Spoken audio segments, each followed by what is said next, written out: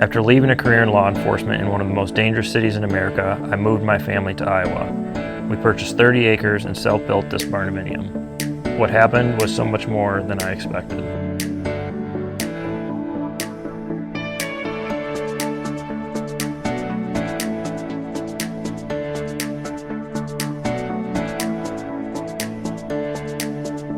All right, everyone, there's over 150 videos on this build, and today you're going to get to see the end result.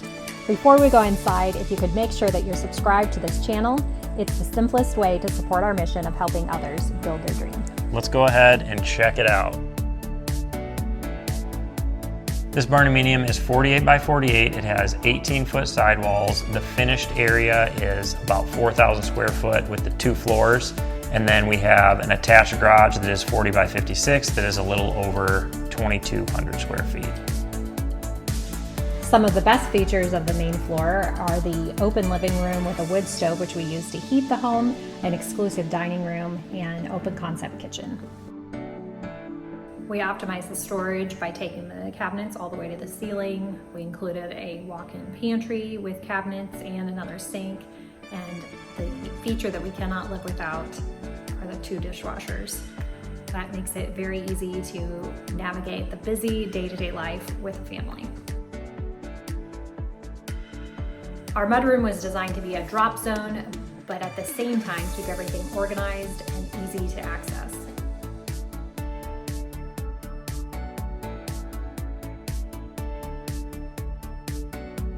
The benefit of adding this slide is that we ended up with a really nice storage area that Emily keeps all our cleaning supplies and things like that, and also a really cool playroom.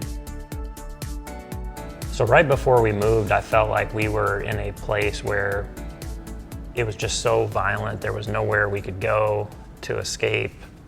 Yeah, your career had gotten more and more dangerous, and the return on investment was getting lower and lower.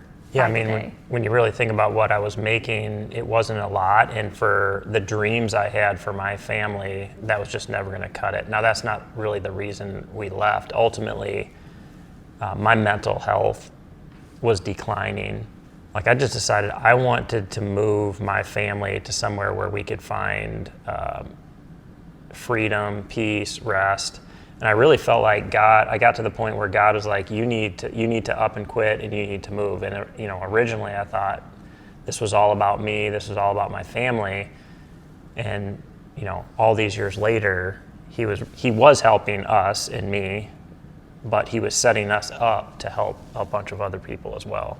Yes, it started out as a journey to escape the desperation that we felt. Yeah. We were tired. We were overwhelmed. We didn't know what to do. So we said, let's just try this. Let's just throw everything into it. You know, let's give up all security, give up our retirement, give up the future that was sure, the future that had been painted out in front of us. Yeah, work 25 years, get your pension, get a monthly check for the rest of your life. But even though that appeared to be what was going to be a sure thing, the other aspects of it weren't worth it. Yeah, the consequences of that, the next 15 years that I would have had to have gone through to get to that age where I could collect that pension, I think would have been, I don't think it would have been worth it for me.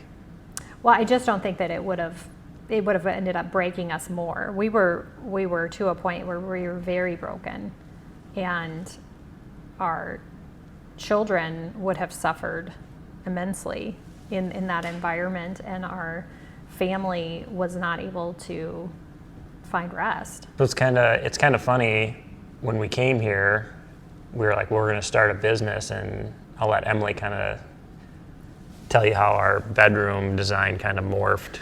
Yeah, it's kind of funny. The primary suite in this home was something that I focused on probably more than other spaces in the house. I had more input because at the time I was a mother of 3 small children, and very, very tired and very worn out, and also craving something more with, just another aspect of purpose. And so I thought through this bedroom and I thought, okay, well, we'll have an office in it, we'll have our bedroom, we'll have this really nice bathroom, and then we'll have a really large closet, because I do love fashion and I wanted this. I thought this could be a great reward, that all of this can lead to, I'll have this really epic closet. You can close the door, you can be isolated. Yes, I can in your escape. office. I can escape into this spot. Our business quickly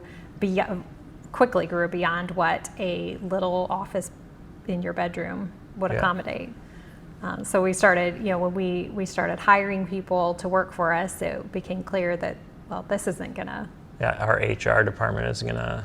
Right, sit on the edge of the bed and have a staff meeting. Like it just didn't work, which is fine, because I think what it turned into was actually what I wanted out of that space. I wanted a place to find some peace and rest, and today I think that space has those things.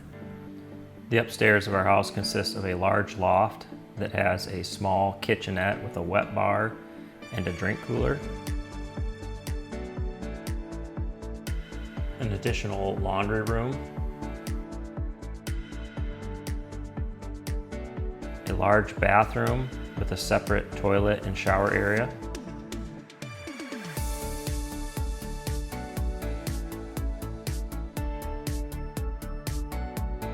It also has its own mechanical room, including a full HVAC system and water heater, along with 4 bedrooms, 2 of which have their own full bathroom.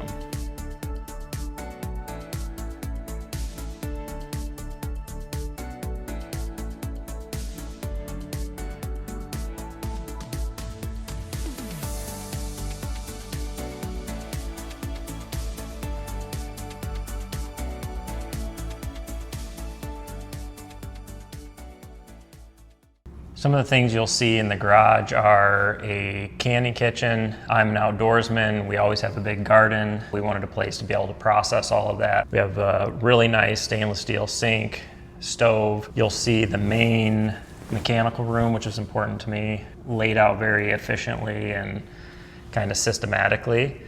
We also have an office, which we didn't plan on having in here. No, that's when our business grew. We had to figure out a good solution for it, so the garage became. Yeah, we originally built the garage big enough, thinking that it'd be enough for our vehicles, the tools I had, Sure. And then we got to the point where we needed a secondary building to store all the equipment. Right, this garage is ideal if you're wanting to have a homestead and, like you said, your vehicles and things like that. It's just not quite big enough if you're going to end up running a custom building business. Correct. And then we have what was going to be my man cave and a storm shelter. So an underground basement, basically 20 by 14, which is, we have spent some time in it. Mm-hmm. We have floor drains in all the garage spaces, in the canning kitchen, in the utility room. We have a door off the back to a patio where we can grill. The purpose of our garage has evolved from being where we literally lived when we finished building the house to now having all of these different areas. All right, so we're outside now and we're gonna kind of go around the outside of the house, talk about a few different things, and then show the shop. When we purchased this land, we got a good deal on it. It was definitely under what the market was at that time. And one of the reasons for it is that it was overgrown, it wasn't being taken care of, and so people didn't see a lot of people aren't able to see the vision. And I think that's still something that somebody can look at today. Even though land prices have gone up significantly in a lot of areas, you can still get something for under what the current market is. Sure. If you have vision.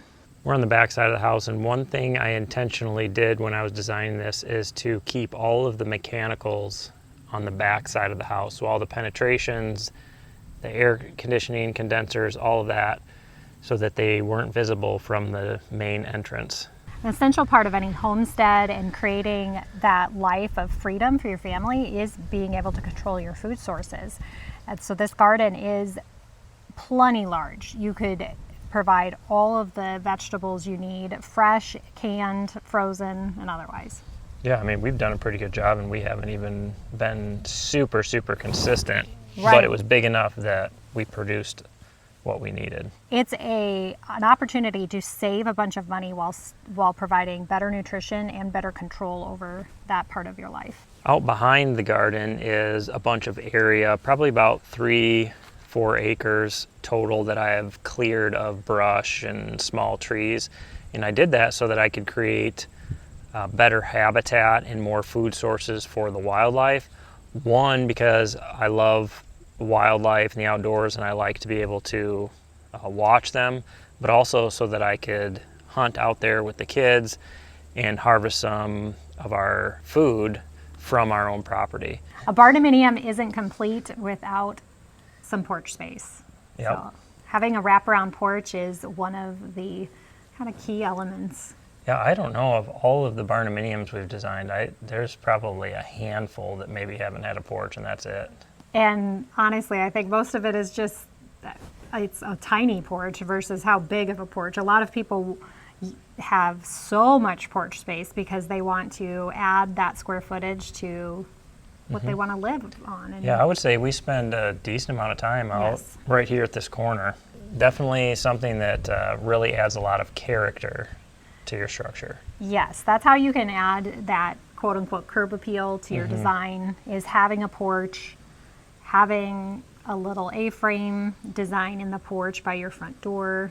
Those are things that are not going to exponentially add to the maintenance of it and the cost, but still give you a lot of value. So one thing to think about when you're looking for a piece of property is what challenges it has. Every property has its challenges. I think our biggest challenges here was there was nothing flat.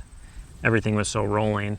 So our eventual plan, we made this basically a parking pad, building pad, where we could park trailers, the equipment. We have a circle drive so we could get in here and turn around. I think you could get probably a 50 by 80, 50 by 100 building here, but it's worked out great as a parking lot. Yes. But like if you are standing on our porch and you look at our building, you're almost at the peak of the roof. That's how much elevation change we have. And I would say that was our biggest challenge.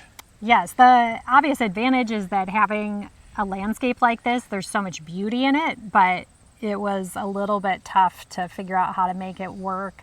But I think you did a great job with that. Yeah, I mean, there was extra expense in the retaining walls all the way around the house, Yes. which I wouldn't necessarily have had to have. I just thought having a couple block retaining wall around would give it a lot of extra curb appeal. On top of that, I could have brought in a few loads of dirt and kind of tapered it all off, but I think it worked out well. Yes, it did. And the circle drive, all of our delivery guys appreciate it. Yeah. This building is 24 by 48, and it almost has 12-foot sidewalls. And I say almost because I used posts from a building that I took down. But I would say this is a pretty decent size building for the average person that lives out in the country. Yeah. I mean, we run a building business. I'm able to get all of our equipment in here. It's tight, obviously, but Right. we have a lot of shelving and things like that help keep us organized if I didn't have the business. Is there such a thing, though, as too big of a No, shop? the next one's going to be gigantic. Yeah. So, but I'm saying it for the size of it is, and as expensive as everything is now today, this is a decent sized building Yes. that I could definitely survive in. We'd love to hear from you what your favorite part of this barndominium is, or what you would like to include in your own barndominium build. Yeah, it's been about 6.5 years since I left law enforcement. And like I said in the beginning, this path has taken us on a much different journey than what we originally thought. We did this to find freedom for ourselves and our family, but I feel like God's ultimate plan was to help us help other people by showing how you do this, showing the process, and that kind of stuff. And with that in mind, we've decided that we're going to sell this barndominium so that we can start the process over and help people build their dream. Yeah, it'll be actually be going live this week on the MLS, which we're pretty excited about. It'll probably be sad and exciting all at the same time. Yes. But we have a large self-build group, and we want to be able to show all those people and help all those people and anybody else that wants to, go through this process with us on how to do it. And I think we're in a position now where we can where when we were custom building, you're always on a timeline. Now we can kind of slow it down, show the more detailed stuff, show how we navigate budget, show how we navigate the design process, all of that, which will in return help you guys reach your goals. And it's going to be really cool now, 6.5 years later, our kids are going to be able to be more involved. They're bigger, they are very eager to be a part of the process in a way that they never have been able to be. So it still will be such a joy for our family, but we hope that it is a blessing to your family as well.